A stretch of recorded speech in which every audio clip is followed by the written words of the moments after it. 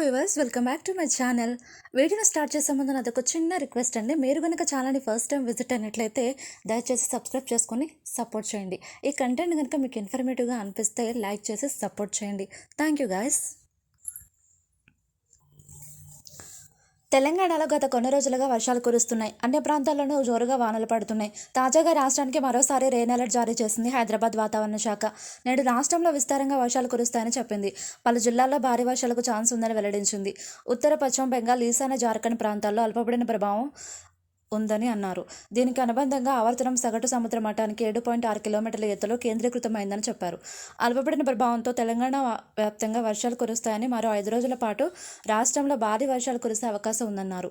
నేడు నిర్మల్, నిజామాబాద్, కామారెడ్డి, జగిత్యాల, ఆదిలాబాద్, కొమరంభీం, ఆసిఫాబాద్, మంచిర్యాల, భద్రాద్రి కొత్తగూడెం, ఖమ్మం, మెదక్, ములుగు, కరీంనగర్ జిల్లాల్లో ఓ మోస్తరు వర్షాలకు ఛాన్స్ ఉందని చెప్పారు. నిర్మల్, సంగారెడ్డి, మెదక్, కామారెడ్డి, నిజామాబాద్, రంగారెడ్డి, వికారాబాద్ జిల్లాల్లో భారీ వర్షాలు ఎక్కువ అవకాశాలు ఉన్నాయని చెప్పారు. ఈ మేరకు ఆయా జిల్లాలకు ఎల్లో అలర్ట్ జారీ చేశారు. భారీ వర్షంతో పాటు ఉరుముల మెరుపులతో ఉంటాయని, పలు చోట్ల పిడుగులు కూడా పడే ఛాన్స్ ఉందని చెప్పారు. గంటకు 30 నుంచి 40 కిలోమీటర్ల వేగంతో బలమైన ఎదురుగాలులు వీస్తాయని అన్నారు.